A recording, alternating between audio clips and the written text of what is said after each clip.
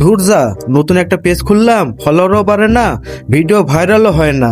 কোনো জায়গায় আগুন টাগুন লাগলে দুর্ঘটনা ঘটলে তো একটা ভিডিও ভাইরাল হতো, টাকাও পেতাম, ফলোয়ারও পাইতাম।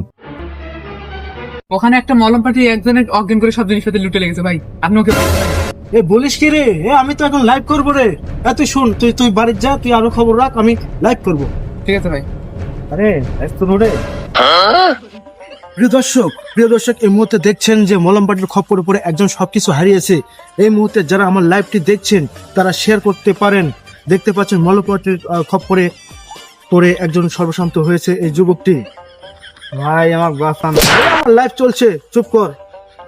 যারা আমার লাইভ দেখছেন এই মুহূর্তে তারা অবশ্যই শেয়ার দিবেন এবং ভিডিওটি শেয়ার দিবেন। এই মুহূর্তে আমার লক্ষ লক্ষ ভিউ হচ্ছে এবং সাবস্ক্রাইবার বেড়ে চলেছে। ভাই আপনার মলম পাটি যখন আপনাকে অজ্ঞান করলো তখন আপনার অনুভূতি কি?